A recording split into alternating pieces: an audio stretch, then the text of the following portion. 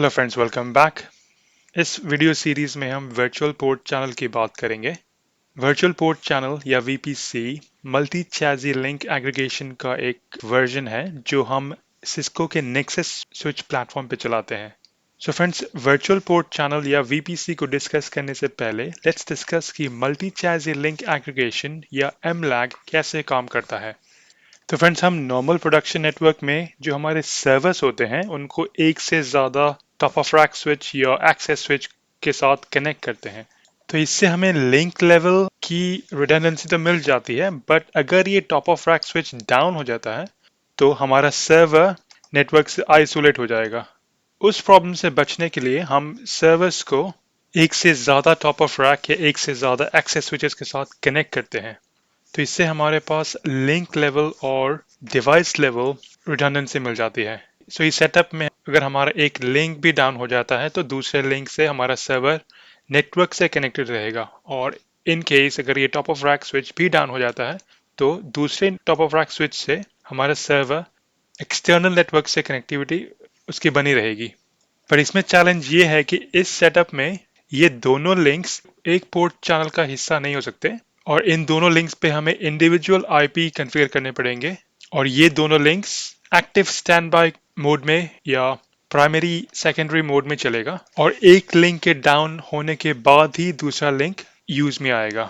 इस सेटअप में प्रॉब्लम ये है कि जो हमारा सर्वर का एक निक है हमेशा आइडल स्टेट में रहेगा, जो कि इन्वेस्टमेंट या capital expenditure point of view से बहुत अच्छा सेटअप नहीं होता। तो इस प्रॉब्लम को दूर करने के लिए हम नॉर्मली सर्वर्स के जो दोनों लिंक्स होते हैं उनको एक पोर्ट चैनल में कॉन्फ़िगर करते हैं। बट इस केस में प्रॉब्लम यह है कि दोनों लिंक्स दो अलग अलग टॉप ऑफ रैक स्विच के साथ कनेक्टेड हैं, और नॉर्मल सिनारियो में जो सर्वर के निक्स होंगे वो इन दोनों पोर्ट्स को उसी केस में एक पोर्ट चैनल का हिस्सा बनाएगा जब ये दोनों ports same top of rack switch से कनेक्टेड हों। द रीजन बीइंग, जब हम पोर्ट चैनल को नेगोशिएट करते हैं तो दोनों डिवाइसेस या दोनों एंड के डिवाइसेस आपस में अपने LACP आईडी एक्सचेंज करते हैं, और इस केस में टॉप ऑफ रैक स्विच 1 का आईडी और टॉप ऑफ रैक स्विच 2 का आईडी अलग अलग होगा, क्योंकि ये दोनों फिजिकली अलग अलग डिवाइसेस हैं। तो इस इश्यू को रिजॉल्व करने के लिए हम मल्टी चैनल लिंक एग्रीगेशन या एमलैग टेक्नोलॉजी का यूज करते हैं, जिससे कि हम ये दोनों टॉप ऑफ रैक स्विचेस को आपस में कनेक्ट कर देंगे, और इन दोनों टॉप ऑफ रैक स्विचेस को हम एक सिंगल वर्चुअल स्विच के तौर पे कॉन्फ़िगर करेंगे, जिसका बेनिफिट ये होगा कि जो सर्वर है उसको जो ऊपर से LACP आईडी मिलेगा वो सेम होगा, जिससे कि सर्वर को ऐसा लगेगा कि वो अपने अपस्ट्रीम पे सिंगल स्विच के साथ कनेक्टेड है। तो सर्वर को टॉप ऑफ रैक स्विच 1 से जो LACP आईडी मिलेगी, लेट्स से LACP आईडी 1, और जो LACP ID top of rack switch 2 से मिलेगी या टॉप ऑफ रैक 2 से मिलेगी, let's say LACP ID 1 again, वो सेम होगी, और उससे सर्वर अपने दोनों पोर्ट्स को सेम ईथर चैनल का मेंबर बना सकता है। तो सर्वर के पॉइंट ऑफ व्यू से जो पहले एक फिजिकल ट्रायंगल नेटवर्क था अब एक logical point two point topology बन जाएगी, और इससे हमें लिंक लेवल और डिवाइस लेवल बैकअप दोनों मिलता है। तो अगर top of rack switch 1 down होता है तो भी हमारे पास टॉप ऑफ रैक 2 से कनेक्टिविटी है, और वाइस वर्सा। तो जैसा कि हमने डिस्कस किया, इस सेटअप से हमें लिंक लेवल और नोड लेवल रिडंडेंसी दोनों मिलती है, और हम इवेंचुअली एंड सर्वर को ट्रिक कर रहे हैं कि वो अपने अपस्ट्रीम पे सेम स्विच के साथ कनेक्टेड है, और इससे जो हम पहले लिंक्स को वेस्ट कर रहे थे कि एक लिंक एक्टिव मोड पे है दूसरा आइडल स्टेट पे है, उस प्रॉब्लम को हम रिजॉल्व कर सकते हैं। और अगर हम एंड सर्वर्स के पॉइंट ऑफ व्यू से देखें तो उसके पॉइंट ऑफ व्यू से ये एक सिंगल पोर्ट चैनल होता है जो कि हम एज अ पोर्ट चैनल या निक टीमिंग के तौर पे कनेक्ट करते हैं ऑन द सर्वर या कोई भी डिवाइस हो, इट डजंट मैटर। और इससे हमें इंक्रीज बैंडविड्थ के साथ साथ रेजिलियंसी दोनों मिलती है एट द सेम टाइम। और अगर हम एमलैक टोपोलॉजी की बात करें तो ये एक फिजिकल ट्रायंगल बनाता है between the end point and the access switch या टॉप ऑफ रैक स्विचेस। और इसमें जो मेन पॉइंट ये होता है कि जो एक्सेस स्विचेस होते हैं या टॉप ऑफ रैक स्विचेस होते हैं उनके कंट्रोल प्लेन को आपस में सिंक्रोनाइज रखना होता है, जस्ट टू मेक श्योर कि उन दोनों में जो मैक एड्रेस टेबल की कॉपी होती है वो आइडेंटिकल हो, वो सेम हो। और ये कंट्रोल प्लेन सिंक्रोनाइजेशन कैसे होगा ये इस बात पे डिपेंड करता है कि हम एमलैक के कौन से फ्लेवर को चलाते हैं और उन एक्सेस स्विचेस का हार्डवेयर प्लेटफॉर्म क्या है। फॉर एग्जांपल अगर हम MLAG इम्प्लीमेंटेशंस की बात करें तो सिस्को के 4500 या 6500 सीरीज स्विचेस में हम वर्चुअल स्विचिंग सिस्टम चलाते हैं जिसे हम शॉर्ट में VSSB कहते हैं। और जो नए डेटा सेंटर स्विचेस हैं लाइक दी N5K, N7K या N9K, वहाँ पे हम नेक्सस का VPC चलाते हैं which is virtual port channel. और जो इनका आपस का लिंक होता है डिवाइसेस का उसे हम पेयर लिंक कहते हैं जिसके बारे में हम आगे डिस्कस करेंगे। तो हम चाहे MLAG का कोई भी फ्लेवर चलाएं, the ultimate goal is to have multiple physical switches that are configured to appear as a single logical chassis। तो जैसे हम स्क्रीन पे देख सकते हैं मल्टीपल फिजिकल स्विचेस, तो इस केस में टॉप ऑफ रैक 1 और टॉप ऑफ रैक 2 दो अलग अलग फिजिकल स्विचेस हैं, बट सर्वर के पॉइंट ऑफ व्यू से दोनों सेम लॉजिकल डिवाइस है। और अगर हम डिस्कस करें the difference between stack voice and VSS and VPC, तो स्टैक वॉइस और VSS दोनों एक सिंगल कंट्रोल और मैनेजमेंट प्लेन यूज करते हैं। तो स्विचेस के पास एक सिंगल मैनेजमेंट आईपी होगा पूरे चैसी को कंट्रोल करने के लिए, और दोनों का कंट्रोल प्लेन सेम होगा। तो कॉन्फ़िगरेशन पॉइंट ऑफ व्यू से हम स्विच पे एक बार लॉगिन करेंगे और एक ही मैनेजमेंट आईपी से दोनों स्विच को हम कॉन्फ़िगर कर सकते हैं या मैनेज कर सकते हैं। बट नेक्सस VPC के केस में दोनों devices they use two separate control and management plane, जिसका मतलब ये है कि हम दोनों स्विचेस को कॉन्फ़िगर करने के लिए अलग अलग लॉगिन करेंगे और दोनों का अपना इंडिविजुअल मैनेजमेंट आईपी होगा। So friends, let's now discuss high-level VPC components. So VPC में हम दो फिजिकल स्विचेस को कंबाइन करते हैं और इन फिजिकल स्विचेस को हम VPC pairs भी कहते हैं। और इन स्विचेस के बीच में there is a protocol called Cisco Fabric Services over Ethernet to synchronize the control plane information like MAC address table या op cache। तो जैसे ही हम दोनों स्विचेस को कंबाइन करते हैं और इन दोनों स्विचेस के बीच में हम VPC पेयर लिंक को अपलाते हैं, तो उस पेयर लिंक के ऊपर एक प्रोटोकॉल चलता है जिसे हम Cisco fabric services over Ethernet या CFSOEB कहते हैं। और इस प्रोटोकॉल के थ्रू हम जो मैक एड्रेस टेबल होता है दोनों डिवाइसेस का या ऑप कैश होता है उसे हम सिंक्रोनाइज करते हैं। और जैसे हम VPC पेयरिंग को कॉन्फ़िगर करते हैं दोनों स्विचेस अपने फिजिकल पैरामीटर्स को एक्सचेंज करते हैं लाइक मॉडल नंबर, उनमें कौन से लाइन कार्ड्स इंस्टॉल्ड हैं, उनका NXOS वर्जन क्या है। तो ये पैरामीटर्स आपस में स्विचेस एक्सचेंज करते हैं टू मेक श्योर कि दोनों स्विचेस आपस में कंपैटिबल हो। और ये जो VPC पेयर स्विचेस होते हैं they form A VPC domain. हम दोनों VPC पेयर्स पे एक common VPC domain ID configure करेंगे और based on this domain ID ये स्विचेस एक लिंक एग्रीगेशन आईडी या लैग आईडी जनरेट करते हैं जो कि दोनों VPC पेयर्स में सेम होगा। फॉर एग्जांपल अगर हम सेम टोपोलॉजी को दोबारा रिव्यू करें एंड लेट्स अज्यूम कि ये हमारा VPC पेयर 1 है and this is VPC pair 2, सो ये दोनों डिवाइसेस हमारे VPC पेयर्स हैं और इनमें हम एक common VPC domain ID configure करेंगे। For example VPC domain 1 on VPC pair 1 और सेम डोमेन आईडी हम कॉन्फ़िगर करेंगे on VPC pair 2। And based on this VPC domain ID दोनों VPC पेयर्स एक कॉमन लैग आईडी जनरेट करेंगे जो कि हम एक्सचेंज करेंगे विद द एंड सर्वर। और बिकॉज दोनों VPC पेयर्स का लैग आईडी सेम है, end server will now think कि दोनों VPC पेयर्स सेम डिवाइस है या सेम फिजिकल चैसी है। And once we have configured the VPC domain ID उसके बाद हम VPC peer keep alive configure करेंगे और दोनों peers VPC peer keep alive exchange करते हैं on UDP port 3200 to make sure कि उसका remote VPC peer is still alive. ये एक हार्ट बीट होता है जो हम एक्सचेंज करते हैं between the VPC peers to ensure कि दोनों VPC peers are up and running.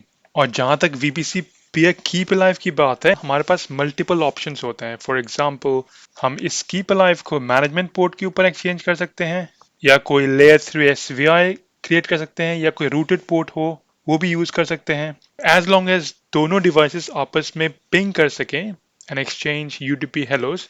That's the only requirement for VPC peer keep alive. तो हमारे केस में हम अपने लैब में इन दोनों VPC पेयर्स को इनके मैनेजमेंट पोर्ट 0 के साथ कनेक्ट कर देंगे to exchange the VPC peer keep alive messages. And once the VPC peer keep alive is up, we configure the VPC peer link to synchronize the control plane between the two VPC peers.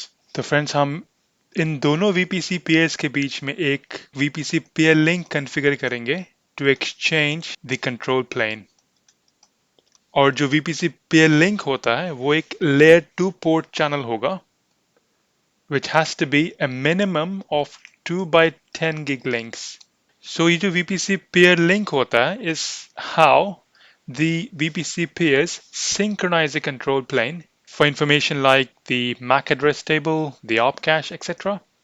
और अगर VPC peer link down हो जाता है तो जो secondary device होगा या जो secondary VPC peer होगा, और फ्रेंड्स हम VPC primary और secondary डिवाइस के बारे में आने वाले मॉड्यूल में डिस्कस करेंगे. And once the VPC peer link is up, then we configure the VPC member ports. और VPC member ports वो होते हैं जो end server के साथ कनेक्टेड है. तो इस केस में जो हमारा सर्वर होगा वो दोनों VPC peers के साथ कनेक्टेड होगा, like VPC 1 and VPC 2.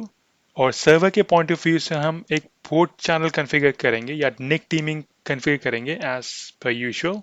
But VPC peers के पॉइंट ऑफ व्यू से ये हम as VPC member port configure करेंगे. और जहां तक कॉन्फ़िगरेशन की बात है, VPC is very sensitive to the order of operation. तो जब हम VPC कॉन्फ़िगर करेंगे तो इसका एक स्पेसिफिक ऑर्डर होना जरूरी है.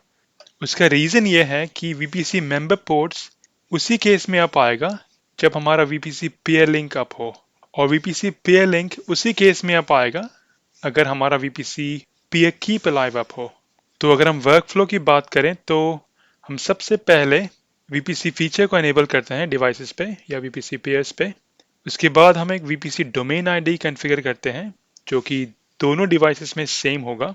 उसके बाद हम VPC peer keep alive connectivity up लेके आते हैं, और एक बार VPC peer keep alive up आ गया उसके बाद हम VPC peer link की कनेक्टिविटी अप लेके आते हैं, और एंड में हम VPC member ports की कनेक्टिविटी करते हैं जो कि हमारे ports होते हैं towards the end devices like your servers, could be switches, firewalls, load balancers or any device you have in your environment. और अगर हम वेरिफिकेशन की बात करें तो we can run commands like show port channel summary, और जो main verification command जो डेटा प्लेन में यूज करते हैं वो है show MAC address table. और MAC address table का दोनों डिवाइसेस पे या दोनों VPC पेयर्स पे इक्वल होना इज रिक्वायरमेंट. तो फ्रेंड्स अब चलते हैं अपने लैब की तरफ जहाँ पे हम VPC कॉन्फ़िगर करेंगे on two Nexus switches, VPC peer 1 and peer 2. और हमारे पास दो सर्वर हैं as end point, server 1 and server 2. और एक बार हम VPC कॉन्फ़िगर कर लें हम दोनों सर्वर्स को आपस में पिंग करेंगे टू कंफर्म रीचेबिलिटी. और जैसा कि हमने पहले डिस्कस किया था, हमारे कीप अलाइव लिंक के लिए हमने इन दोनों पेयर स्विचेस को मैनेजमेंट पोर्ट 0 पे कनेक्ट किया है, और उसके अलावा हमने इन दोनों स्विचेस को ईथरनेट 1/8 और 1/9 पे कनेक्ट किया है to use as a VPC peer link. और as a VPC peer link हम पोर्ट चैनल 1 का यूज करेंगे on both peer 1 and peer 2. और सर्विस की तरफ डाउनस्ट्रीम डिवाइसेस पे interface ethernet 1/1 goes to server 1 और 1/2 goes to server 2. और peer 2 पे सेम सेटअप है, 1/1 goes to server 1, 1/2 goes to server 2. And likewise on server 1, 1/1 goes to peer 1, 1/2 goes to peer 2. Same setup होगा server 2 पे, 1/1 goes to peer 1 and 1/2 goes to peer 2. और servers के point of view से ये दोनों links port channel पे configured होंगे जो कि हम अभी लैब में देखने वाले हैं. और अगर हम अपना VPC वर्कफ्लो चेक करें तो सबसे पहले हम फीचर VPC एनेबल करेंगे on both peer 1 and peer 2. So on peer 1, let's go to global config mode, feature VPC, और हम फीचर LACP भी एनेबल करेंगे बिकॉज हम पोर्ट चैनल को नेगोशिएट करने के लिए LACP का यूज करेंगे. सेम कॉन्फ़िगरेशन हम peer 2 पे भी करेंगे। सो फीचर VPC, फीचर LACP, और हम फीचर LACP सर्वर्स 1 और 2 पे भी कॉन्फ़िगर करेंगे। So on server 1 feature LACP, feature LACP। तो अगर हम VPC वर्कफ्लो के पॉइंट ऑफ व्यू से देखें तो वी एनेबल द फीचर। अब हम VPC डोमेन डिफाइन करेंगे on both peer 1 and peer 2। So on peer 1 अगर हम शो VPC करते हैं तो we don't have anything configured. VPC domain ID not configured, peer link not configured, keep alive disabled. और जैसा कि हमने पहले डिस्कस किया था कि हम मैनेजमेंट पोर्ट 0 का यूज़ करेंगे to configure the VPC peer keep alive link। और हमने मैनेजमेंट 0 पे पहले से एक IP एड्रेस कॉन्फ़िगर किया है विच इज़ 192.168.0.1 ऑन peer 1। और हम peer 2 पे द IP एड्रेस जो हम यूज़ कर रहे हैं वो है 192.168.0.2। ओके, अगर हम peer 1 पे वापस जाएं तो let's configure the VPC domain. Okay, VPC domain 1 on peer 1 and VPC domain 1 on peer 2। और अगर हम कॉन्टेक्स्ट सेंसिटिव हेल्प में चेक करें अंडर VPC डोमेन मोड तो हमें मल्टीपल ऑप्शंस मिलते हैं यहाँ पे। बट हमारे लैब सेक्शन के लिए हम खाली VPC peer keep alive option का यूज़ करेंगे। VPC peer keep alive destination, और peer 1 के पॉइंट ऑफ व्यू से जो VPC peer डेस्टिनेशन होगा वो होगा peer 2 which is the IP address of 192.168.0.2। और यहाँ हमारे पास मल्टीपल ऑप्शंस हैं like source IP, interval, hold time out, type of service byte, EDP port, VRF। तो अगर हम कोई VRF मेंशन नहीं करते हैं तो ये by default management VRF use करेगा।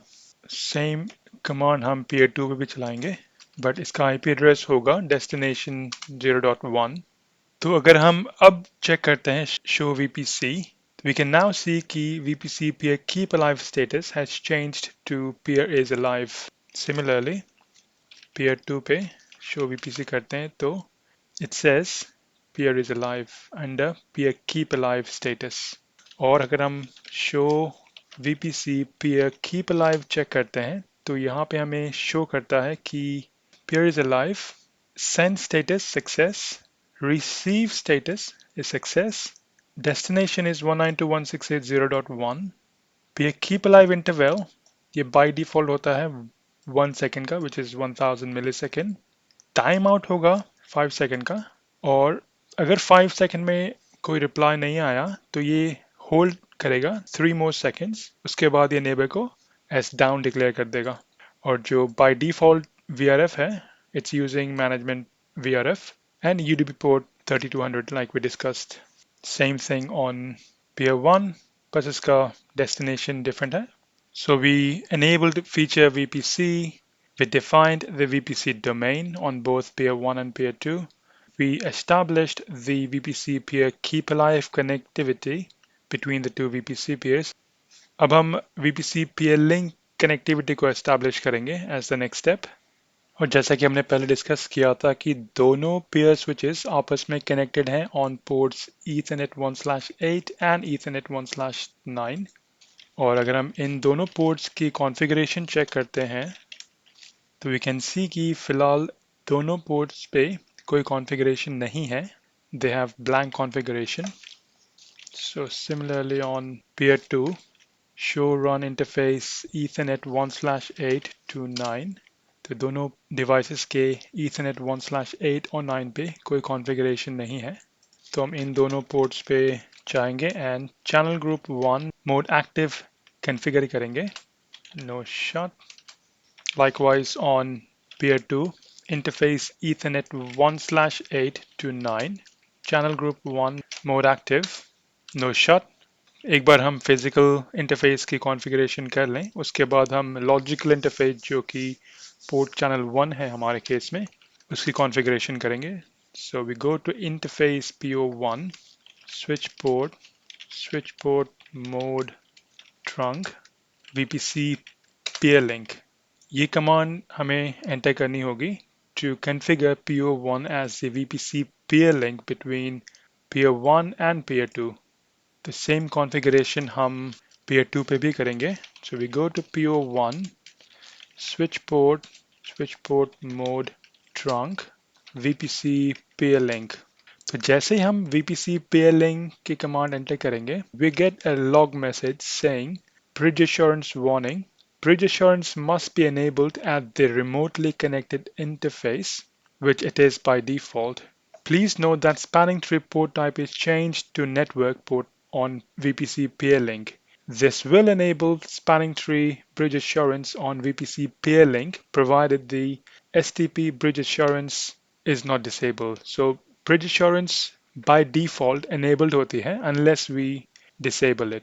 What this means is जैसे ही हम VPC peer link enable करते हैं on both peer 1 and peer 2, दोनों switches आपस में एक दूसरे को पिंग करते हैं on the peer link on a per VLAN basis to make sure कि दोनों peer switches पे same VLANs configured हैं to make sure कि जो data plane forwarding होगी वो equal होगी दोनों devices पे।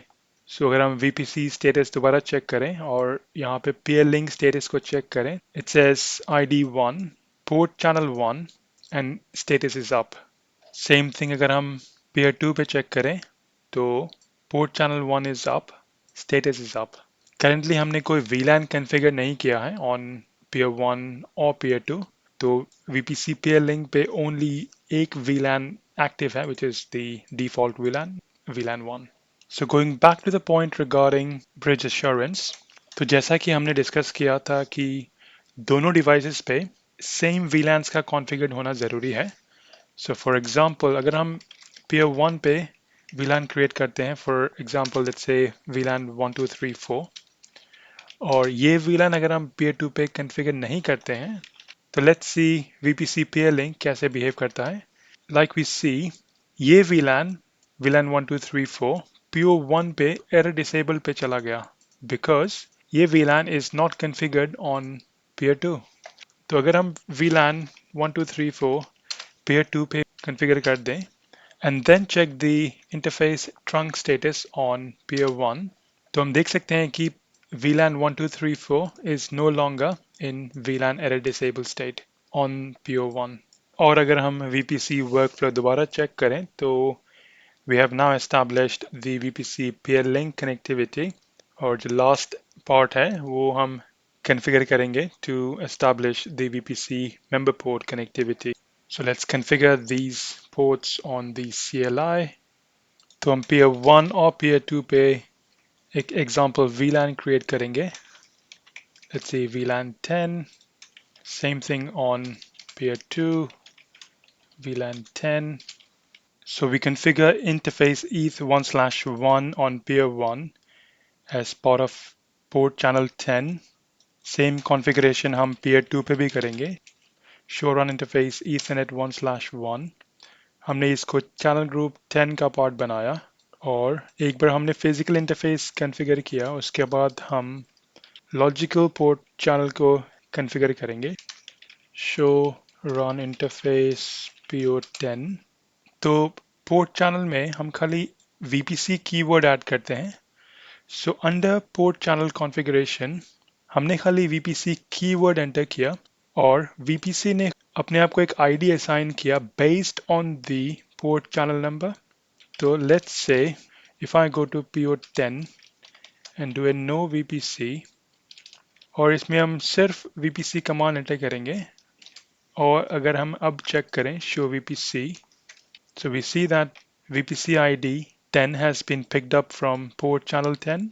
So technically दोनों डिवाइसेस के पोर्ट चैनल्स के बीच में जो वैल्यू मैटर करता है वो VPC ID का वैल्यू मैटर करता है। फॉर एग्जांपल VPC peer 1 से you can have PO11 going this side and you can have PO12 going this side as long as दोनों का VPC ID सेम है। So for example VPC 10, VPC 10, it will still work। So the value that matters now is the VPC ID value। But troubleshooting point of view say, it doesn't make sense to have different port channel numbers on both the VPC peers। और similarly हमने pair 1 और pair 2 पे interface ETH1/2 को configure किया as member of channel group 20, and under PO20 we configured switchport mode trunk and the VPC keyword. Similarly, on peer 2 show run interface PO20 membership, interface ETH1/2, channel group 20 mode active, interface port channel 20, switch port mode trunk VPC 20। और अगर हम अब check करें the VPC status on both peer 1 and peer 2, both the VPCs are up, consistency is success, and port channel status is up। और अगर हम अब ping करें between server 1 and server 2, तो हमने server 1 को एक IP असाइन किया on VLAN 10 which was 10.10.10.1, and we assigned an IP of 10.10.1.2 on server 2 VLAN 10।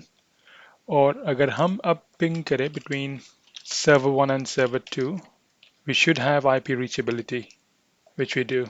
और from a MAC address learning point of view, let's make sure कि दोनों VPC peers same MAC address learn कर रहे हैं on both port channels 10 and 20।